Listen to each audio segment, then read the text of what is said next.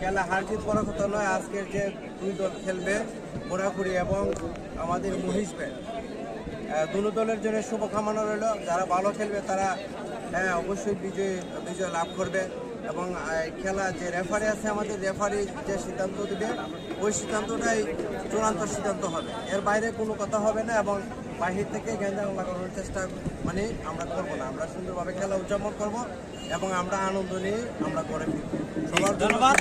এবং আপনাদেরকে জানা রাখি, আজকের ম্যাচ পরিচালনা করবেন জনাব হাসিম এবং মশিউর রহমান এবং সালমান খান, তিনজনই আজকে রেফারি পরিচালনা করবেন। এবং রেফারি সিদ্ধান্ত চূড়ান্ত সিদ্ধান্ত।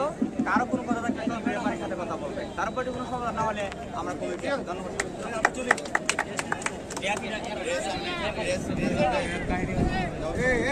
আমরা